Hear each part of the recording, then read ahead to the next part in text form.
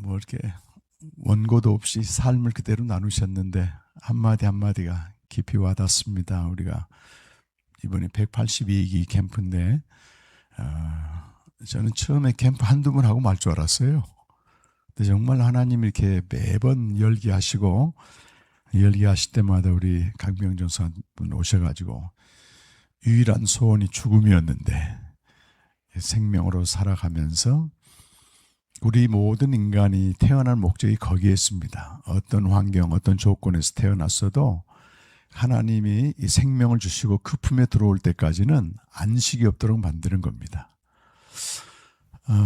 로마 시대가 가장 황금기라고 제가 지난번에 말씀드렸는데 그때 신들의 숫자가 23만 개였습니다. 시오노 나나미가 그 로마인 이야기에서 왜 신들이 필요하냐면 그 신들은 고린도전서 8장 5절처럼 이 만물 안에 있는 신입니다. 하늘과 땅에 많은 신들과 많은 주들이 있는데 이 주들은 누구냐면 이 세상에서 안식처를 얻고 이 세상에서 성공하게 하고 번영하게 하는 그런 신인 겁니다. 근데 유독 기독교만은 진정한 안식처는 저 위에 계신 하나님 품입니다. 이 얘기를 해가지고 무지무지하게 박해를 받는 겁니다. 이 세상에서 아무리 우리가 성공을 하고 부유함을 누려도 마지막에 우리 강교수 얘기했던 것처럼 하나님과의 관계가 끊어져 있는 상태에서 거기로부터 오는 자원이 없게 되면은 반드시 황폐하게 됩니다. 그것이 2000년 로마 시대 이후 지금까지 보여준 역사적인 상황입니다. 그래서 우리 기독교가 어려움 당할 때도 그분과의 관계가 끊어진 상태, 만물에 계신 그분과의 관계가 끊어진 상태에서 열심히 믿다 보니까 나중에는 사회혁명으로 가고 세계 복음화 혁명으로 가고 하면서 우리처럼 뛰어난 앵글로 잭슨이 믿는 기독교를 전 세계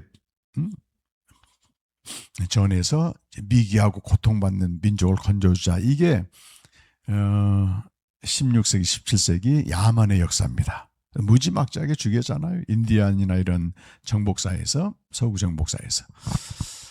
20세기 중반에 들어와서 정말 우리 그 기독교가 그 만물에 계신 하나님에 대한 목소리를 그때서 내기 시작한 겁니다.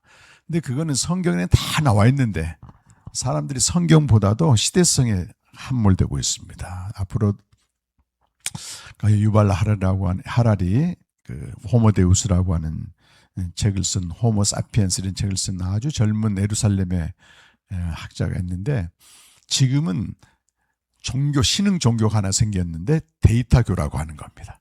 그래서 하나님보다도 데이터를 다 의지하는 거예요. 말씀보다도 데이터를 의지해. 저도 이렇게 요즘 필요한 게 보게 되면 데이터 치면 금방 나오거든요. 이게 모든 것들이. 하나님은 점점 멀어지는 시대가 되고 있습니다. 근데 인간은 하나님과 관계하도록 지음받았기 때문에 그 관계가 끊어진 상태에서 아무리 데이터 교가 이 새로운 지상천국을 만든다고 해도 반드시 끝에는 몰락하게 되어 있습니다. 그래서 이번에 엊그제인가 그 트럼프 대통령이 이제 중국 방문해서 두 정상이 만났잖아요. 근데 그 트럼프 대통령 뒤에 따라온 사람이 세계 최고의 갑부인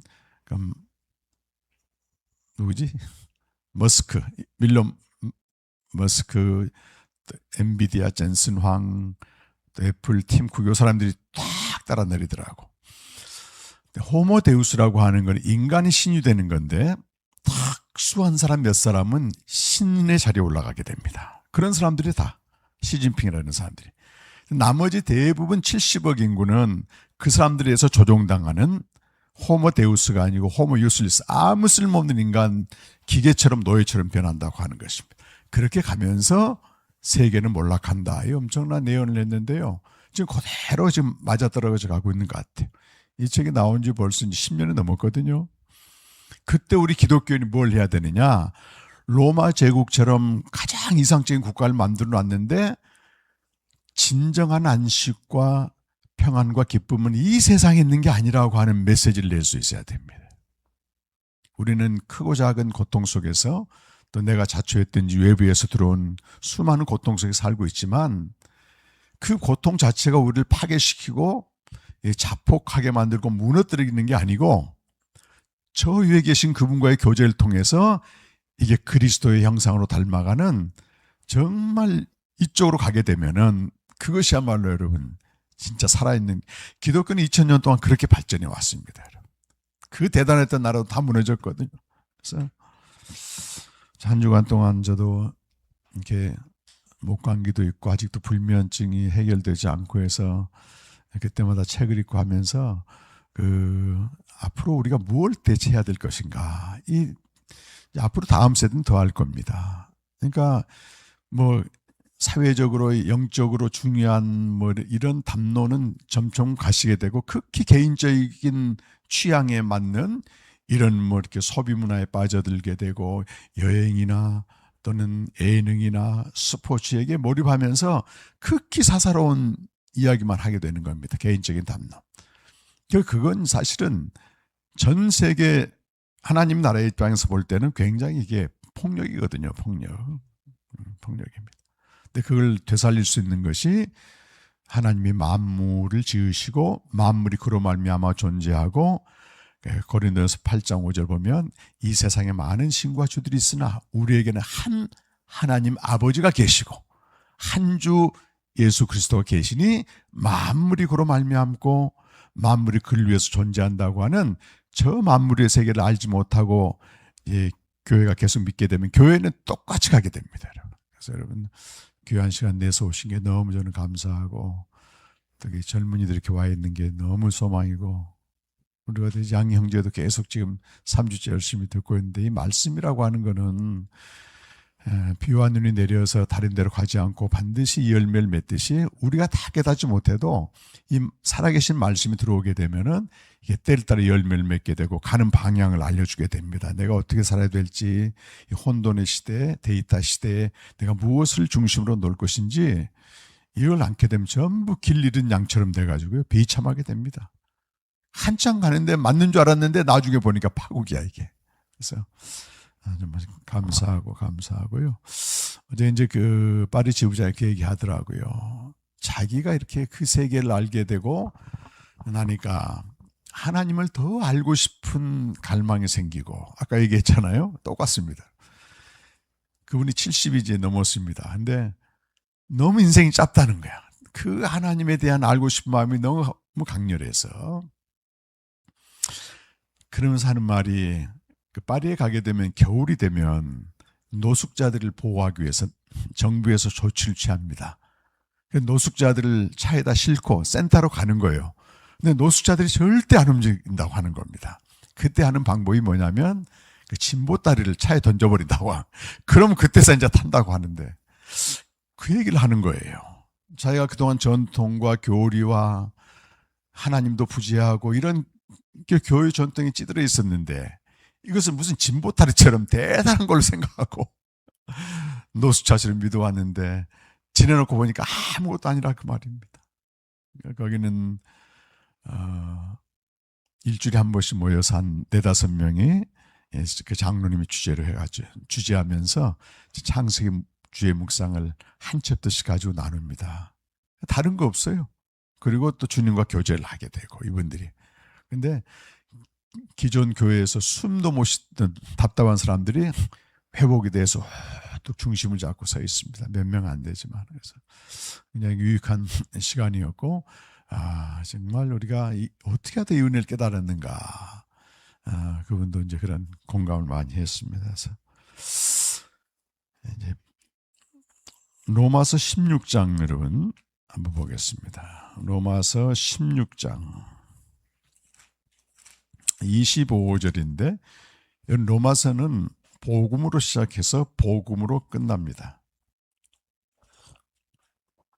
로마서 1장 1절은 하나님의 복음 이렇게 시작을 하고, 이제 마지막 16장 25절은 나의 복음이라는 말을 쓰고 있습니다. 우리 27절까지 같이 한번 읽어보겠습니다. 시작. 나의 복음과 예수 그리스도를 전파함은 영세전부터 감추어졌다가 이제는 나타내신 바 되었으며, 영원하신 하나님의 명을 따라 선지자들의 글로 말미암아 모든 민족이 믿어 순종하게 하시려고 알게 하신 바 그 신비의 계시를 따라 된 것이니 이 복음으로 너희를 능히 견고하게 하실 지혜로우신 하나님께 예수 그리스도로 말미암아 영광이 세세 무궁하도록 있을지어다. 아멘. 이런 거대한 로마 제국의 교회 또 그리스도인은 아주 미미했습니다. 거의 보이지도 않았어요. 그런데 그 로마 교회를 향해서 이 편지를 쓸 때 모든 민족이 믿어 순종케 하는 복음에 대한 얘기를 하거든요. 당시만 해도 뭐 기독교는 그야말로 모래속에 바늘 정도밖에 가치도 없었고 존재감조차도 없었어요. 근데 결국은 그 로마가 이제 기독교에서 변화되는 거잖아요, 나중에. 근데 바울이 얘기할 때 뭐라고 말하냐면 나의 복음과 그리스도를 전파하는 것인데 그것은 내용이 중요한데 그냥 예수님 믿으라 이게 아니고 창세 전부터 감춰졌다가 이제 나타났다고 하는 이분이 누구겠어요, 여러분? 하나님의 아들 예수 그리스도는 기원이 창세 전에 있습니다. 이 세상을 창조하기 전부터 있는 거예요. 그리고 그분이 이 세상을 만드신 겁니다. 그래서 당시 로마는 창조주 하나님보다도 그분이 만들어 놓은 자연과 세상과 이 건축물을 보고 거기 자체에다 신성을 부여해 그걸 숭배해 버렸단 말이에요. 그것도 뭐 굉장한 종교성이잖아요. 그런데 우리 그리스도인은 그게 아니라 그거를 만드신 하나님을 숭배해야 된다. 이래가지고 박해를 받는 겁니다. 아우렐리우스 황제는 스토아 철학자로서 명상록을 남겨서 지금도 그 사람 책이 고전을 일으키고 있는데 너무 기독교를 박해하니까 이 기독교 변증가 아테네에 있는 아타나스고라스가 이제 찾아 편지를 씁니다. 이렇게. 그럼 뭐라고 말하냐면 진짜 재밌습니다. 편지가. 누군가 황제가 있는 황실을 찾아왔는데 웅장한 건물을 보고 감탄할 수는 있습니다. 근데 정작 감탄하고 영광 돌려야 할 분은 황제 아닙니까? 이렇게 얘기를 해요. 어떤 사람이 악기 연주를 잘해가지고 우승을 했어. 그렇다고 악기에다가 월계관을 써주는 건 아니지 않습니까? 연주자한테 써주는 겁니다.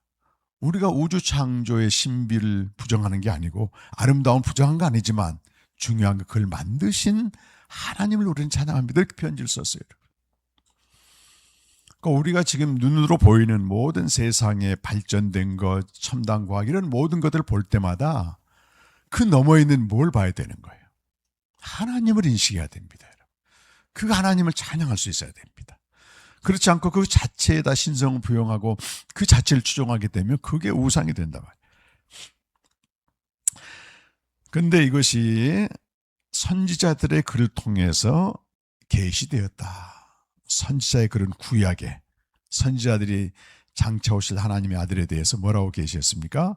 그러니까 고난당하시고 죽은 자 가운데서 3일 만에 살아나셔서 우리 생명을 주시는 분이다. 이걸 다 기록해 놨다고 하는 겁니다. 그런데 우리가 이런 복음을 진지하게 대하지 않으면 교회만 왔다 갔다 합니다. 여러분, 교회만. 그거는 그리스도인이라고 부를 수 없고 교인이라고 불려야 돼요. 종교인이라고 불려야 됩니다. 여러분 자녀들이 학교만 왔다 갔다 해. 한 번도 책을 열어보지 않아. 공부를 하나도 안 해. 그럼 부모 마음이 어떻겠어요, 여러분? 아무 의미 없는 겁니다, 여러분. 교회만 왔다 갔다 하고 봉사만 하고 선생님 심부름만 하고 본인은 복음에 대해서 단 한 번도 생각해 보지 못했다면 그래서 바울이 애타는 마음으로 로마서를 쓴 겁니다. 그리고 뒤에 보면은 이 복음만이 여러분을 늘 견고하게 한다고 하는 겁니다. 그래서 복음을 정확히 알아야 됩니다. 여러분. 복음을 정확히 알 때 우리는 앞으로 더 인공지능 세상에서 이 안에서 안식해라. 여기에 성공이 있다. 평안이 있다. 그건요 극소수에 해당합니다. 여러분. 극소수에 해당합니다. 근데 누구나 되고 싶은 거예요. 거기. 되고 싶은 거예요. 호모데우스라고 신의 자리로 올라가고 싶은 거예요. 무한한 자유와 무한한 풍요와 누리고 싶은 거예요. 그러니까 지금도 이번에 삼성에서 파업해가지고 몇십억씩 달라는 거야. 우리도 그 자리 가고 싶다는 거지. 환상입니다. 이거 환상. 단번에 무너질 수 있습니다. 능히 견고하게 하실 지혜로우신 하나님께, 하나님의 지혜가 어디 있습니까, 여러분? 이 복음 안에 있다고 하는 것입니다. 그래서 우리 이 자리에 있게 된 것도 하나님의 이제 은혜고 섭리인데, 복음을 정확히 알지 못하고 그냥 대충 아는 거하고 다릅니다. 정확히 알지 못하고 내가 신앙생활하고 기독교인이다, 그건 정말 비참해집니다, 여러분. 근데 성도들뿐만 아니고 우리 목회자들 만나도 그래요, 여러분. 너무 비참해요. 갈수록 제가 그것 때문에 잠을 못 자고 있습니다. 어떻게 해야 되나? 자기 다 됐다고 생각해요. 네. 우리 성도들이 정말 깨어있고 복음을 정확히 알고 복음을 전하는 교회가 생겨나야 된다, 간절한 마음이 있습니다. 자, 복음은 2000년 전에 이 땅에 오셔서 활동하셨던 예수, 예수란 이름은 하나님의 아들이 이 땅에 태어났을 때 하나님 주신 이름이에요. 그렇죠? 구원자라는 뜻이거든요. 그 예수가 창세 전부터 하나님과 함께 하신 하나님의 아들이다, 이거 하나. 이게 하나님의 아들 예수입니다. 또 뒤에 그리스도가 붙잖아요. 그리스도는 무슨 뜻이겠어요? 선지자들이 증거한 대로 고난당하시고 죽임당하시고 3일 만에 살아나신 분이에요. 그러니까 이거를 복음이라고 말합니다. 예수가 하나님의 아들이고 그리스도의 심을 복음이라고 말하고, 다른 차원은 그가 우리를 위해 행하신 일, 십자가에 죽으시고 장사 지냄받으시고 부활하시고 나타난 4가지 사건을 또 복음이라고 말해요. 그래서 항상 복음이 뭡니까 그러면은 이제 막연하게 애매하게 대답하지 말고 하나님의 아들 예수 그리스도와 그의 메시아적 행위다. 메시아적은 구원자로서 하신 4가지 구원 사건을 말합니다. 그 복음을 믿음으로써 우리는 창세 전에 약속된 생명을 얻고, 그 생명은 지금 하나님과의 교제를 통해서 삼위 하나님의 삶에 참여하는 것입니다. 우리가 육신의 생명을 얻게 되어도 나를 낳아준 부모님과 함께 살듯이 하나님의 자녀로서 하나님의 생명을 얻게 되면 반드시 뭘 해야 돼요? 그 하나님과 함께 사는 겁니다. 이거를 요한복음 17장 3절에서는 영생은 유일하신 참 하나님과 그가 보내신 자 예수 그리스도를 아는 것이다. 우리가 그 하나님의 아들과 아버지 품에 거하는 것입니다, 여러분. 가장 안전한 곳입니다. 우리가 있어야 될 처소가 거긴데 이교도의 신들은 이 세상에 안식처가 있다고 하는 겁니다. 이건 진짜 같지만 환영이거든, 환영. 그림자입니다, 그림자. 그래서 내가 머물러야 될 그 아들과 아버지의 집에 대해서는 이거 너무 중요한 부분이에요. 그래서 점심 먹고 박은혜 선교사가 이 부분을 아주 잘 정리할 겁니다. 근데 어떻게 해서 그 안에 들어가느냐? 복음을 통해서만 들어가는 겁니다. 복음을 통해서만. 그래서 그 십자가 복음을 지난주에 했고 또 장사 복음을 했고, 이 시간에 잠깐 부활 복음을 나누려고 합니다. 이 복음을 내가 알고 복음의 효력을 발생할 때 생명을 더 누려요. 그래서 복음으로 생명을 누린다고 하는, 오늘 저 글자 크게 들어가고 복생교구나, 복생교. 복음으로 생명을 누리는 게 아멘이라고 다. 복음으로 생명을 누리는 교회, 이 교회들이 정말 좀 많이 나타나길 간절히 바라고 있습니다.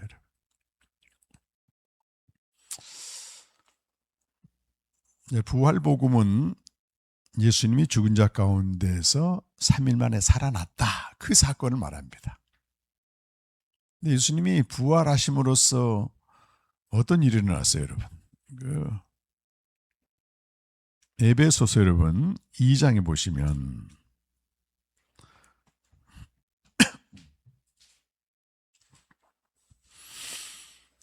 (2장 17절과)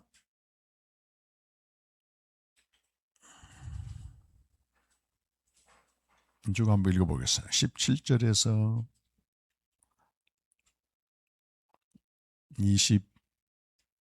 22절까지. 자, 시작. 우리 1장 17절, 에베소서 1장 17절 시작. 우리 주 예수 그리스도의 하나님 영광의 아버지께서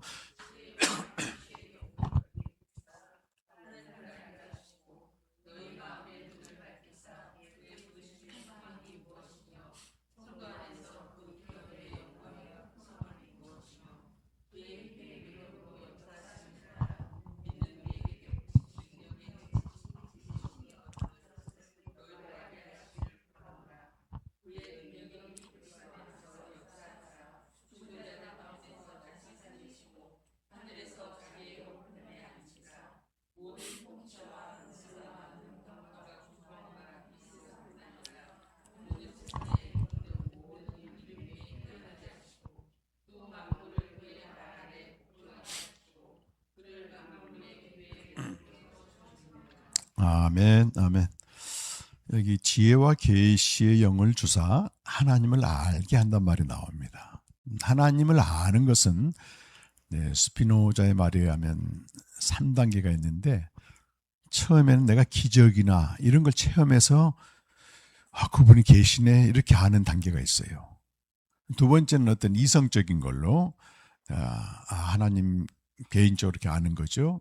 영으로 아는 하나님은 요 세 가지라고 하는 겁니다. 첫 번째가 우리 지각의 눈이 밝아져 그의 부르심의 소망, 이것은 생명을 주는 영생의 소망을 말합니다. 디도스 1장 2절에 우리 믿음과 지식의 근거는 영생의 소망에 있습니다. 그렇게 얘기하고 있습니다.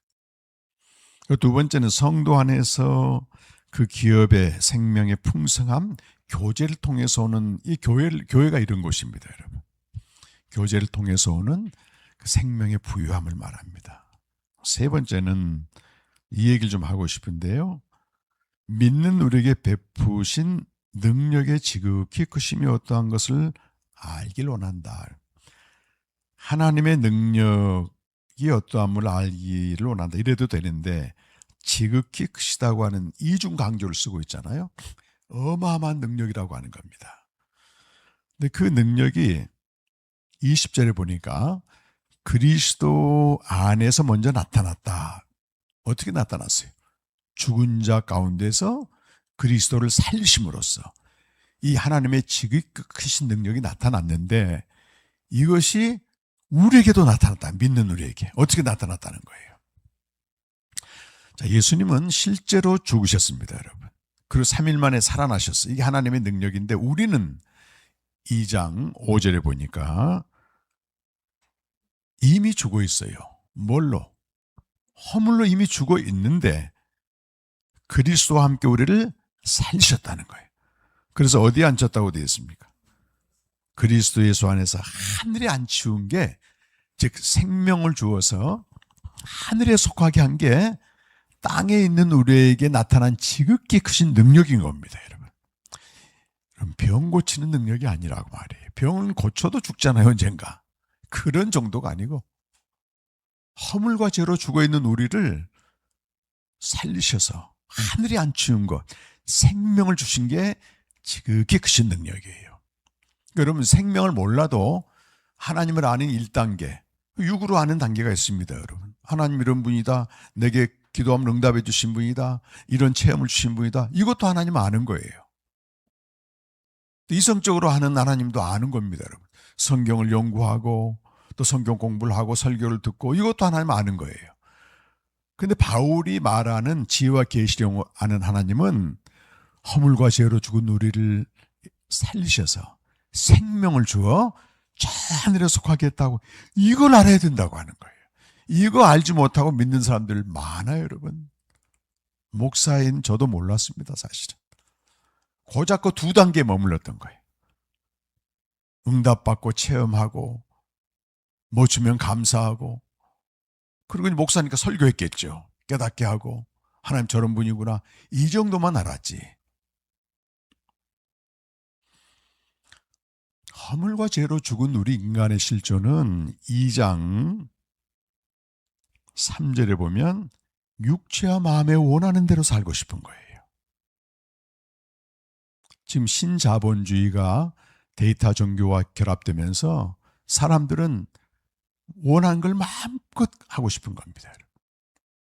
육체와 마음에 원하는 대로 할 수 있는 그 도구가 뭐예요, 여러분? 그게 돈이에요, 돈. 그래서 돈을 벌려고 하는 겁니다, 여러분. 근데 영적으로 말하자면 이런 사람 본질상 진노의 자식이고 그 끝에 가보면은 비참하게 끝난다고 하는 겁니다. 그래도 돈부터 벌어보자. 젊은이들 그렇게 얘기하더라고. 제 목적은 20대 돈 많이 버는 거였어요. 그래서 은행을 들어갔고 MBA를 졸업하면 더 좋은 조건의 직장을 옮길 수 있다 그래서 그 주경야도 가면서 이제 경영대하고 나와 석사 받아서 이제 증권회사로 옮겼어요. 처음 출발은 마치 환상 속에 들어가는 것 같습니다. 월급이 몇 배가 되고 뭐 부수입이 있고 근데 그 뒤 위안길이 뭐예요? 완전히 쾌락 속에서 살아가는 것입니다. 그게 90년도 일이니까 벌써 36년 전 이야기예요. 근데 교회를 다녔어도 전혀 이런 건 알지도 못했습니다. 난 이게 정상적인 삶인 줄 알았어요. 인간이 다 거기서 거기지 이렇게. 돈은 무한한 자유, 상상할 수 있는 것을 현실로 옮기게 하지만 그 밑바닥은 끔찍한 세계가 도사리고 있는 겁니다. 그 폴 게티라고 하는 1970년대 석유를 발견한 그 사람이 한 말이에요. 그 사람이.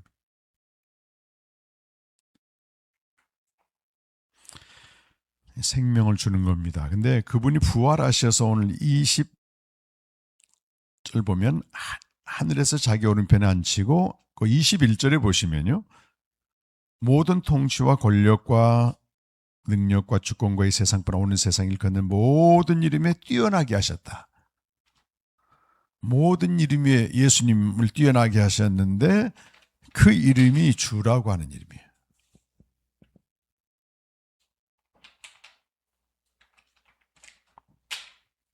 빌립보서 2장 9절에서 11절 말씀입니다. 빌립보서 2장 9절에서 11절 우리 같이 한번 읽으실까요? 시작. 이름을 하나님이 그를 지극히 높여 모든 이름 위에 뛰어난 이름을 주사 하늘에 있는 자들과 땅에 있는 자들과 땅 아래 있는 자들로 모든 무릎을 예수의 이름에 꿇게 하시고 모든 이름 예수 그리스도를 주라 시인하여 하나님 아버지께 영광을 돌리게 하셨느니라. 이 하나님의 아들이 이 땅에 오셨을 때 주신 이름은 예수였고 그가 부활하신 다음에 주신 이름이 주라고 하는 이름. 엄청난 이름이죠. 그 내용을 보면 대단합니다, 여러분. 천상의 세계, 하늘에 있는 것들과 땅에 있는 자들, 황제들 포함합니다, 여러분. 땅 아래 있는 자들은 지난 시간에 말씀드린 무덤에서 어둠의 세력을 주관하는 영이 있습니다. 어둠의 세력이죠. 우리가 무덤이라고 하는 그 한계 상황에 왔을 때 무덤 자체보다도 거기서 역사하는 어둠의 영들 때문에 고통당하는 겁니다. 네 인생은 끝났다. 계속 들리거든요. 근데 그리스도의 무덤에 들어가면 그게 이제 멈춰지듯이 땅 아래에 있는 세력 모두가 그 이름 앞에 무릎을 꿇는다고 하는 겁니다. 여러분, 그러니까 이 부활하신 주님을 믿는 초기 기독교 신자들은 로마 황제를 주로 부르지 않음으로 인해서 당하는 모든 순환을 견뎌낸 겁니다, 여러분. 그것 때문에 사자밥이 되게 하고 십자가에 매달려 죽이기도 하고 사자밥이 됐을 때 고통 속에서 죽지 않았다 그래요. 이런 다니엘 세 친구 아시죠? 금신상에 절하지 않다가 풀무 속에 던져졌는데 거기에 털끝 하나도 상하지 않습니다. 근데 거기 누가 있다고 그랬어요? 이 세 사람 외에 한 사람이 또 하나 있었다는 거예요.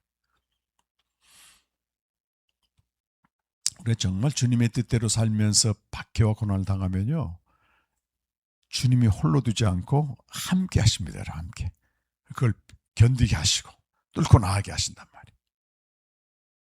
그러니까 초대교회는 모일 때마다 주님의 이름을 불렀어요. 그 주님의 이름을 부른 것이 마라나타입니다. 마라나타.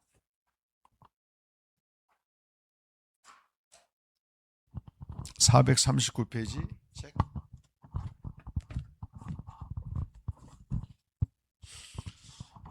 예배 때마다 그들은 마라나타 이렇게 불렀는데, 마라나타는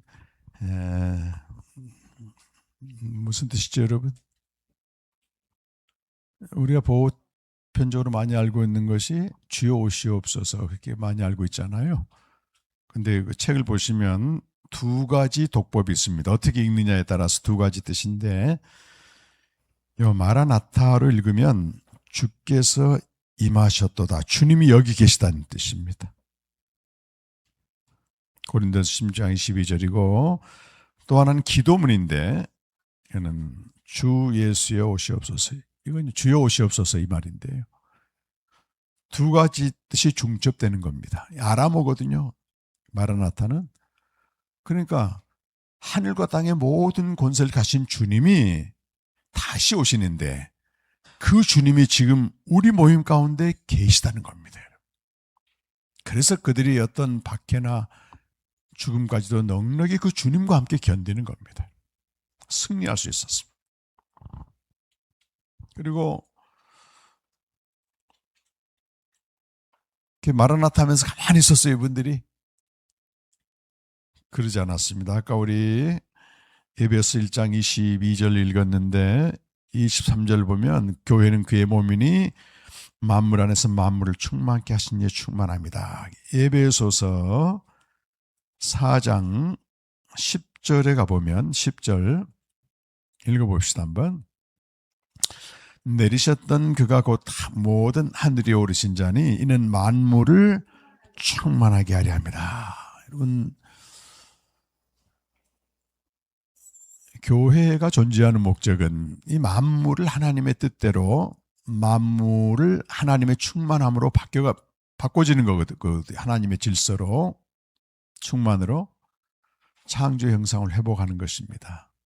그래서 이 세상이 썩었다 말이지, 난 이꼴 저꼴 보기 싫다 해가지고, 옛날 어떤 사람은요, 평생을 꼭대기에 살았다는 사람도 있고 수도원에 살았다는 사람도, 이거는 정통 기독교는 아닙니다, 여러분. 우리 세상 가운데에 들어가서 내가 있는 곳에 그 부패를 막는 소금이고 어두운 데 빛을 드러내야 될 존재인데, 그렇게 해서 만물을 충만하기 위해서는 제일 먼저 주님이 하신 일이 11절,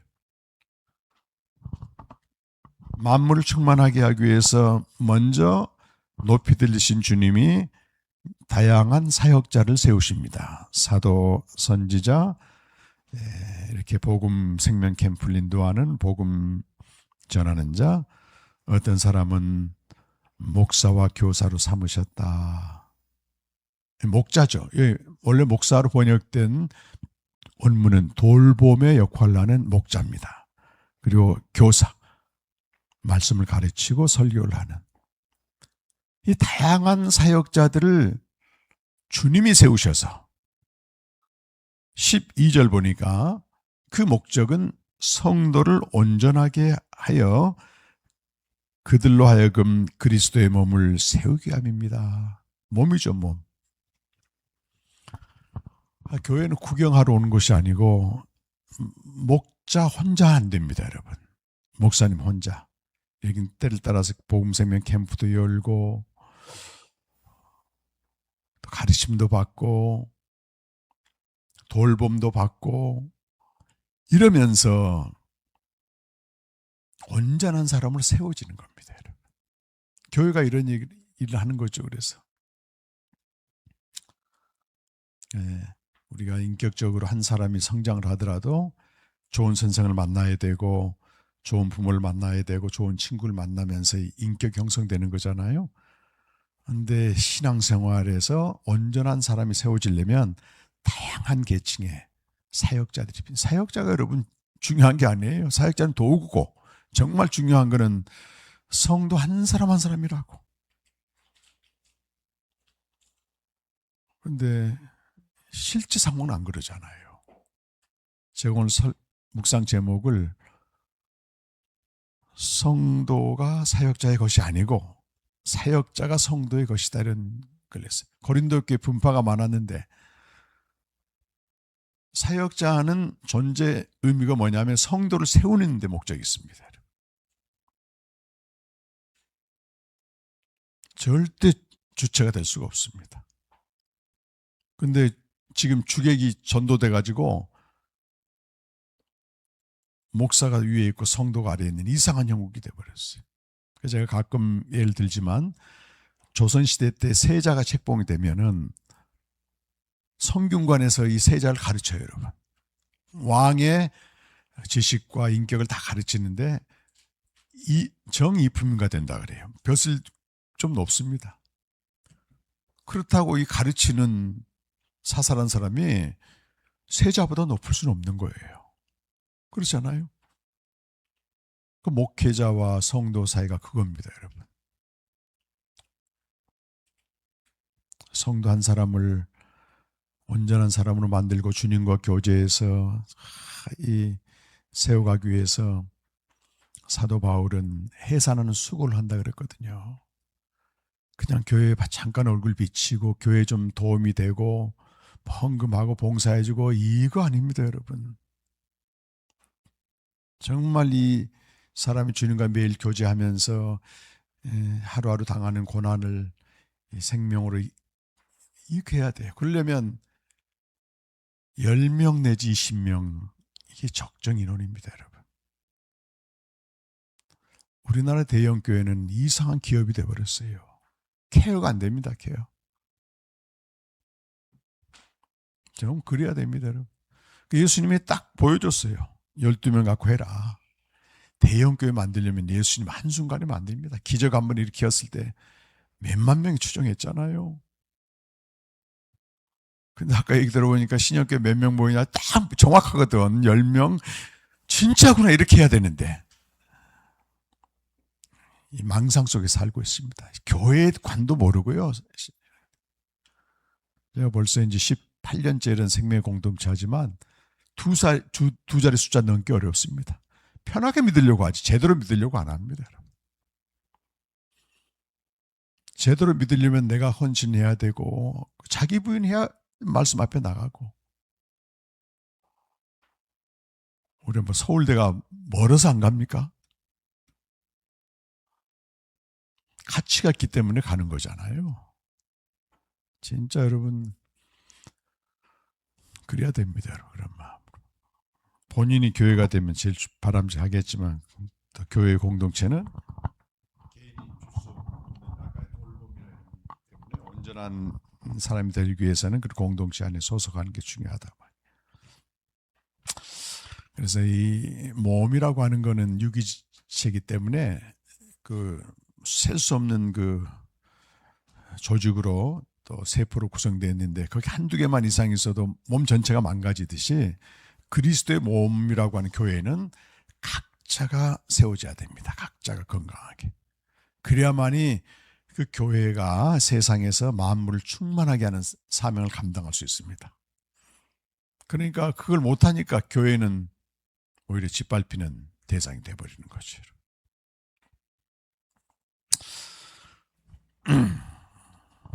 이렇게 철저하게 주님의 뜻대로 살게 되면 빌립보서 4장 4절에 가보면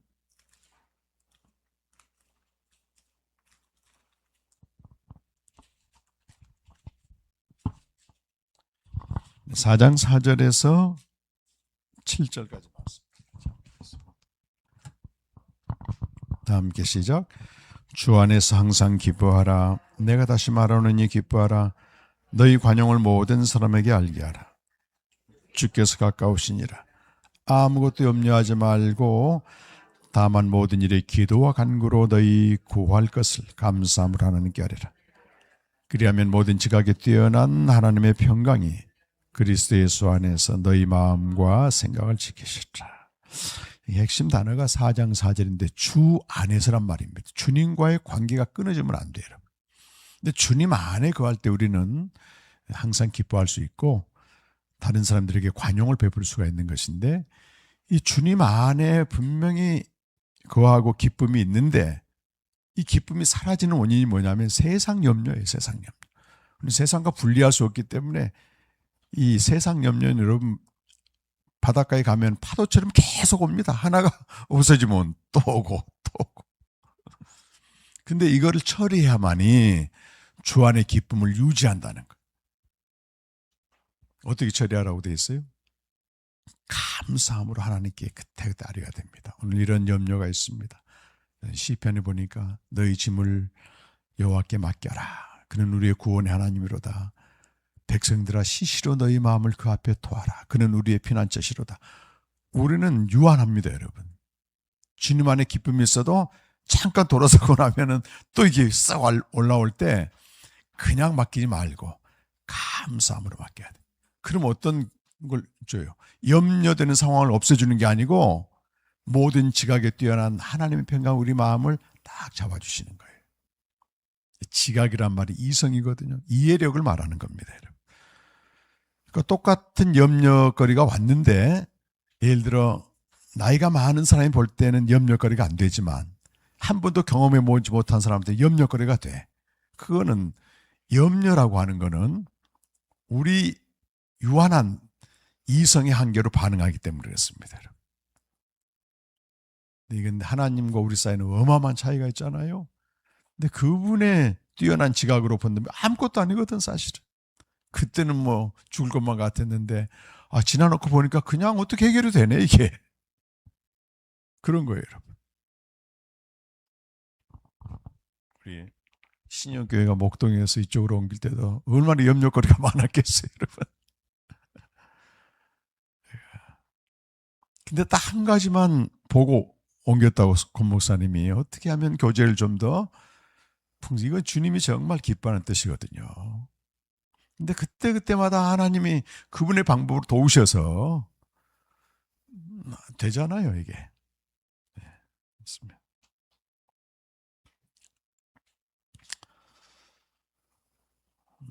이게 부활 신앙의 부유함입니다, 여러분. 주 안에 항상 기뻐하라. 자, 교재 맨 뒤쪽으로 가시면 50과 572페이지 한번. 이렇게 이제 부활하신 주님이 반드시 다시 오십니다. 기원복음 생명책입니다. 572페이지. 도표가 하나 있죠. 써집시다. 보세요. 갔다가 놔두시면 되지. 이따가. 집에 가서 또 보시고.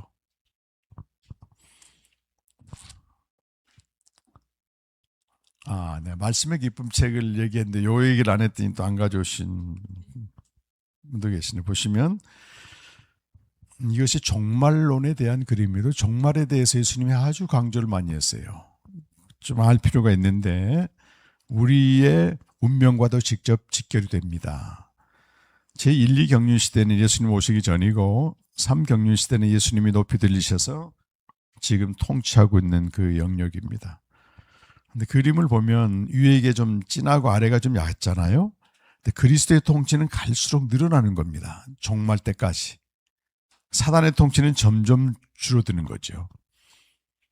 근데 그리스도의 통치가 어떻게 이루어지냐면 군사적 정치적인 통치가 아니고 영적인 통치입니다. 골로새서 1장 13절에 보면 흑암의 권세에 있는 자들을 복음을 전해서 생명으로 옮기는 거, 이게 영적인 통치. 지금 주님이 이걸 하고 있습니다. 이 캠프도 이 주님이 이걸 하고 계시는 거죠. 흑암의 권세에 있는 우리들에게 복음을 전해 주어서 생명을 얻게 하고 하나님 품으로 옮기는 그 통치를 지금 계속하고 있습니다, 여러분. 언제까지? 재림하실 때까지. 예수님이 재림하시게 되면은 고린도전서 15장 맨 오른쪽 1, 2, 3, 4번이 나오죠. 네 가지 일이 벌어지는 겁니다. 고린도서 15장 24절 28절 요약해 놓은 것인데, 첫째는 나라를 아버지께 바치다. 이 나라라는 말은 통치권을 말합니다. 더 이상 통치할 대상이 없으니까 예수님 부활하셨을 때 하늘과 땅에 있는 모든 권세, 모든 이름이 그 앞에 무릎을 꿇는 권세를 줬잖아요. 이제는 그걸 더 이상 갖고 있을 필요가 없어서 아버지께 돌려드리는 겁니다. 두 번째는 믿는 자, 저와 여러분의 몸이 새롭고 영광스러운 몸으로 부활하는 겁니다. 우리 기독교는 영혼 불멸을 믿는 게 아니고 몸의 부활을 믿습니다. 몸의 부활. 몸의 부활을 믿는 것. 세 번째는 죄의 세력, 사단, 사망이 완전히 그때 멸망합니다. 최후로 멸망받을 원수는 사망. 이때까지는 사단이 통치하고 있습니다, 여러분. 믿는 자를 죄 짓게 만들고 믿지 않는 자들을 또 믿는 자는 유혹하고 이런 활동을 하는 거예요. 그래서 깨어 있어야 된다. 우는 사자처럼 삼킬자를 찾고 다니고 있기 때문에. 마지막으로는 하나님이 모든 만물의 주가 되십니다. 이때 만물은 새롭게 되는 만물이에요. 보라, 내가 만물을 새롭게 하노라.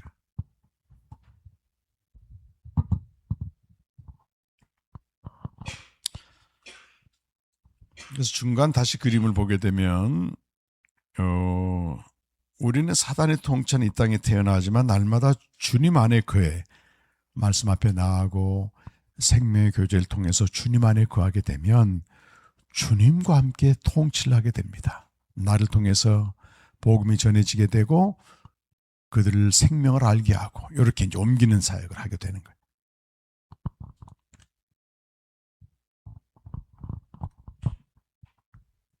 그러면 내가 죽기 전에 종말이 오면 괜찮은데 종말이 오기 전에 내가 죽는다 그러면 어떻게 될 것 같아요, 우리가? 이걸 중간지대입니다.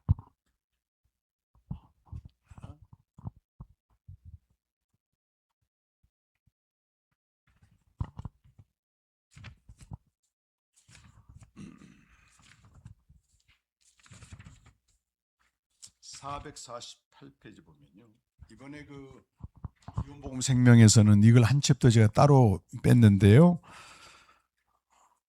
몸의 죽음과 몸의 부활. 우리가 이 세상을 예수님 믿다가 떠나는데 예수님 재림하시기 전에 죽는단 말이에요. 그러면 그때부터 예수님이 재림할 때까지 어떤 상태로 있느냐, 이건 우리 믿는 자들에게 중요한 관심사입니다, 여러분. 그러니까 내가 죽을 때도 마찬가지고 또 믿는 형제가 죽을 때도 그 사람이 지금 어디 가서 뭘 하고 있을까, 이런 의문이 올라온다고.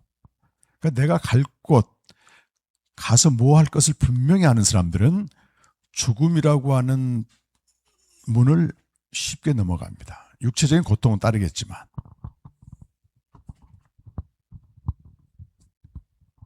밑에 책을 보면 그리스도인에게는 죽음 이후에 두 단계의 삶이 주어져 있습니다, 이렇게 돼요.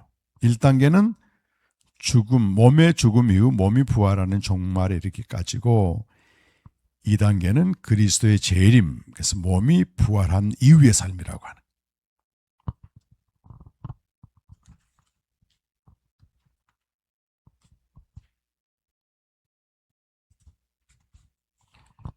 451페이지. 우리가 이 세상을 떠나면 우리는 낙원이라고 하는 곳에 주님과 함께 거하게 되죠. 그리고 예수님이 재림하시게 되면 이제 하나님 나라의 완전한 그 나라에 들어가게 됩니다. 여기서 451페이지에 보시면 우리의 영생이 있습니다, 지금. 그런데 언젠가 이 세상을 떠나게 돼. 예수님이 재림하기 전이야.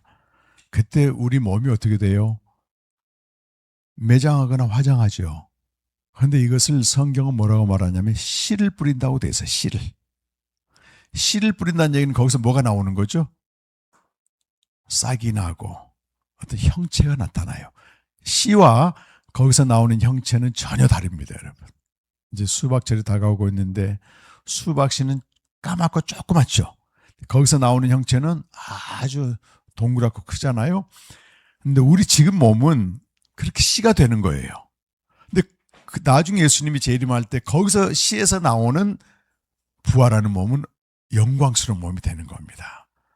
그러니까 우리가 죽는다고 해서 서운할 필요가 없는 게 장차 부활의 몸을 위해서 심겨지는구나 이렇게 받아들여야 돼요. 454페이지에 보면 영생의 현재성과 미래성.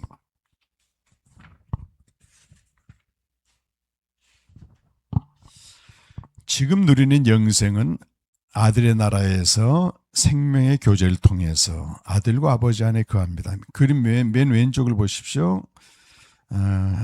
아버지 안에 거함으로써 그분의 인자와 신실을 통해 고난의 삶을 넉넉히 견디고 승리하며 주님과 교제를 하긴 하는데 직접 얼굴과 얼굴 대면에서 하지 않고 비대면 교제를 지금은 하고 있는 겁니다.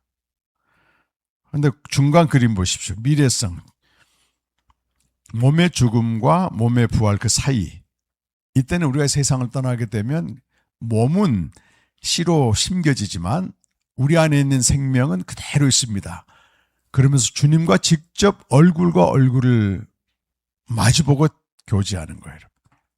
스데반이 이 세상을 떠날 때 어떻게 했어요, 여러분? 하늘이 열리고 주님이 서 계셨잖아요. 그리고 주님이 이렇게 맞아주셨잖아요. 지금은 얼굴은 볼 수 없어요, 여러분. 그때 가면 얼굴과 얼굴을 대면할. 그러니까 그때가 더 좋아요. 지금이 더 좋아요? 죽음 이후가 더 좋습니다, 여러분.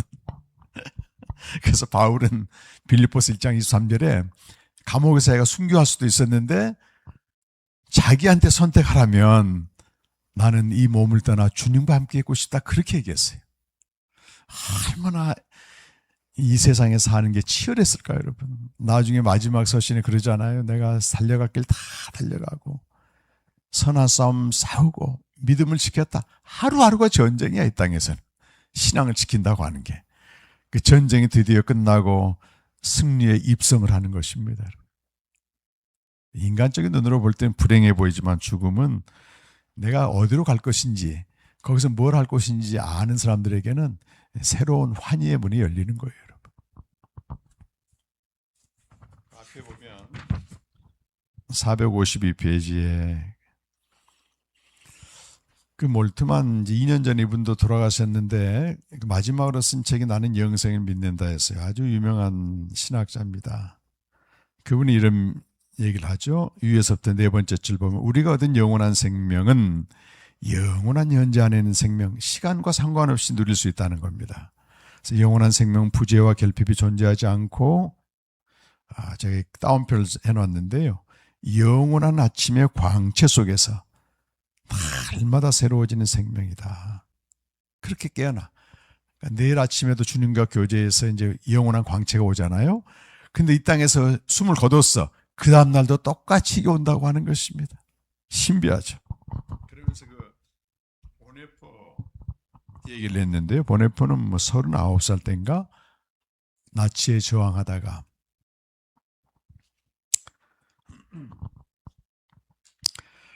순교했는데 1945년 4월 9일 요때가 언제냐면은 연합군이 들어오기 2주밖에 안 돼. 2주 전입니다. 2주만 더 살았어도 보네포는 안 죽어. 그러니까 처형될 때 뭐라고 얘기했어요? 이것이 마지막이지만 이 땅에서는 마지막이지만 나에게는 영원한 생명의 시작입니다. 이러고 갔어요, 여러분. 얼마나 확실해요?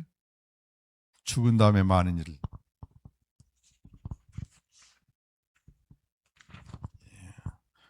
네, 저기 가톨릭에서는 연옥을 얘기하는데 그건 허구입니다, 허구.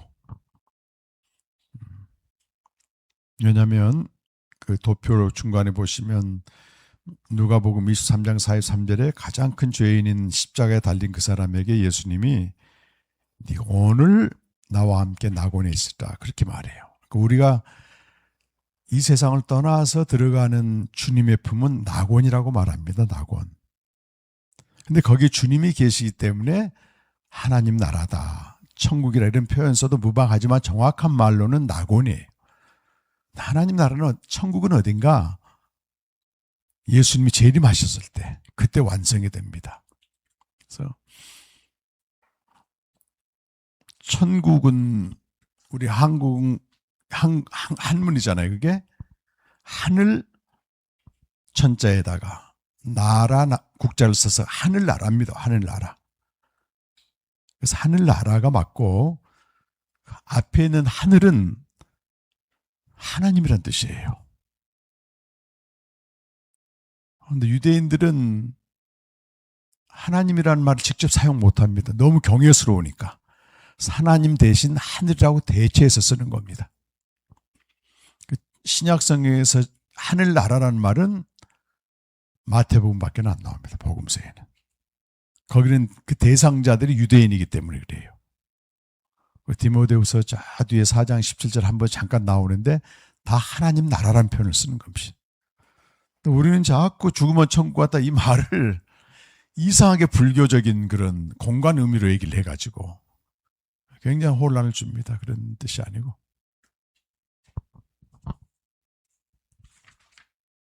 부활복음에서 가장 중요한 것은 이제 456페이지 뒤에 있는 종말 현재로 살다인데요. 부활에 대한 말씀은 고린도서 15장에 나오고 바울이 이걸 계시로 다 깨달았다고 말합니다.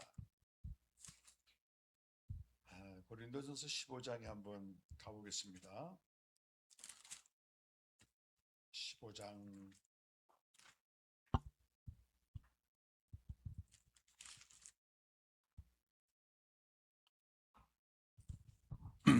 51절에 보면 보라 내가 너에게 비밀을 말한다. 이게 비밀. 우리 몸이 부활하는 그 내용입니다. 우리가 다 잠잘 것이 아니요 마지막 나팔은 예수님이 재림하실 때 부는 그 나팔이 불리게 되면 호련히 다 변화한다. 영광스러운 몸으로 변화. 이 몸으로 주님을 맞이하는 게 아닙니다. 살아서 주님의 재림을 맞이하는 사람들은 영광스러운 몸으로 변화되고 이미 죽어있는 사람은 똑같은 몸으로 부활하는 겁니다. 그러니까 내가 살아있을 때 예수님 재림하면 죽음을 통과할 필요 없어요. 호련히 변화하는 것입니다. 52절 나팔소리 예수님 재림 죽은 자들이 썩지 아니할 것으로 다시 살아나고 현재 살아있는 우리는 변화할 것이다. 이렇게 얘기하는 겁니다. 그때 사망을 삼킨다고 하는 말씀이 이루어진다 얘기를 하는데 사망이 때 멸망한다는 얘기죠. 55절과 6절 보면 바울이 사망을 꾸짖는 이유는 57절에 보면 우리 주 예수 그리스도로 말미암아 우리에게 승리를 주시는 하나님께 감사한다. 지금 승리를 주신다고 되어 있어. 현재형으로. 그러므로 내 사랑하는 형제들아 견고하며 흔들리지 말고 항상 주의 일에 더욱 힘쓴 자들이 되라. 이는 너희 수고가 주 안에 헛되지 않은 줄 아니라. 조금 어려울지 모르지만 여러분 457페이지에 보게 되면 기독교의 시간관이라는 표현이 나옵니다. 예. 지금 내용을 읽어보면 분명히 사망은 인간의 시간으로 보면 마지막에 멸망하지만 하나님의 시간에서 보니까 이미 멸망했다는 거예요. 그게 위에서부터 중제목 5번째 줄 보면 기독교의 시간과는 태초와 종말을 영혼의 시간에서 조망한다면 내려다보는 거예요. 높은 건물에 올라갔을 때요. 두 지점이 하나로 보이잖아요. 빌딩에 올라갔을 때. 비행기를 타도 그러고. 그래서 태초와 종말, 인간의 시간은 직선의 개념이지만 영혼의 시간에서는 항상 현재로 존재한다고 하는 것입니다. 뒤에 458페이지 이사야서 말씀 한번 읽어보겠습니다. 같이. 내가 시초부터 종말을 알리며 아직 이루지 아니한 일을 예적부터 이르길 나의 뜻이 설 것이니 내가 나의 모든 기뻐하는 것을 이루라. 이 말이에요. 밑 오른쪽에 그림이 나오죠.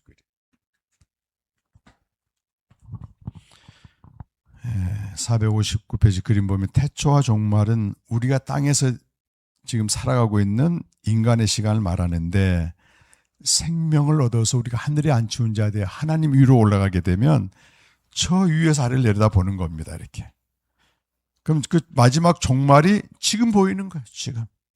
그래서 인간의 시간, 직선 시간관으로 보면 사단이 마지막에 멸망하지만 저 위에서 보니까 이미 멸망하고 이미 멸망했다. 그렇게 얘기를 하고 이제 마지막으로 바울이 이제 부활장에서 한 얘기가 이거잖아요. 지금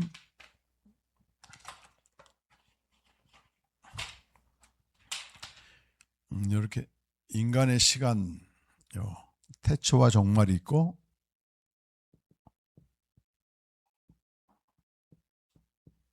우리는 인간의 시간에서 겨우 한 점에 불과합니다. 과거가 있고 현재가 있고 미래가 있는 요 제한된 길이의 시간을 우리가 살고 있는데 저 위의 시간이 하나님의 시간이에요.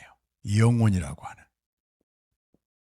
영혼에서 현재를 바라보게 되면 그래서 기독교 그 역사에서 영원한 현재를 이터널 나우라고 말해요. 이터널 나우. 영원한 현재, 책도 있고 이런 걸 아주 잘 사용합니다. 생명을 얻은 자는 여기에 속한단 말이에요. 여기서 밑에를 보니까 하나로 보이는 거예요. 이게 태초나 종말이나. 태초부터 종말을 말씀하셨다. 마지막에 우리 몸이 부활하고 사탄이 멸망하고 모든 것들이 지금 보이는 겁니다. 지금 이렇게. 근데 뭘 바울이 받는가 하면 요때 가보니까 모든 수고가 헛되더라고 말이에요. 그렇죠. 인간의 삶도 마찬가지입니다, 여러분. 내가 여기서 아무리 잘 먹고 잘 살고 많은 걸 누려도 전도서 1장 2절 보면은 모든 것이 헛되다 이렇게. 지지고 볶고 살고 비참하게 또는 때로는 뭐 성공도 하고 운도 좋고. 근데 여기에 딱 가봤더니 헛되지 않는 수고가 있는데 주의 일을 하는 사람은 결코 헛되지 않는다. 바울이 이걸 본 겁니다. 마지막에 어떤 일이 벌어지는가가 중요해요, 여러분. 개인의 삶도 마찬가지입니다, 여러분. 자기를 위해서 하는 사람은 마지막에 가게 되면 슬플고 이를 가지만 매일 주님과 교제하면서 세상이 어떻게 변하든 주님에 대한 절대 신앙을 가지고 살아가는 사람들은 이 세상의 삶이 어떤 형태로 주어졌어도 마지막에 웃는 자가 되는 거예요. 주와 복음을 위해서 사는 것입니다. 멕시코 와서 그 얘기했는데 어떤 사람이 이렇게 길 가는데 건물 짓고 있어요. 이렇게 모래가 잔뜩 있고 무슨 건물인지 알 수가 없어요. 아는 방법은 두 가지가 있습니다. 하나는 끝까지 지켜보는 거예요. 끝까지 지켜봤더니 도서관을 지었구나. 미리 아는 방법이 있습니다. 누구한테 물어보면 돼요? 건물주한테 물어봅니다. 끝까지 안 가봐도 아는 겁니다. 우리는 끝까지 안 살아봤어도 건물주가 아닌 진리가 뭐라고 말하고 있는 거예요. 누구나 한 번밖에 인생은 주어지지 않는다. 자기를 위해 사는 사람들은 마지막 가면 다 잃어버릴 것이다. 주와 복음을 위해 사는 사람들은 결코 헛되지 않고 자기를 얻는 것이다. 이렇게 되는 겁니다. 그래서 짐 엘리어트가 20대 중반에 에콰도르 가서 이렇게 순교당했잖아요. 이렇게. 근데 그가 뉴턴 대학에서 쓴 일기가 그거예요. 영원한 것을 위해서 일시적인 것, 목숨이죠. 이걸 잃어버린 거는 결코 어리석은 삶이 수지 맞은 인생이라고 하는 겁니다. 수지 맞은.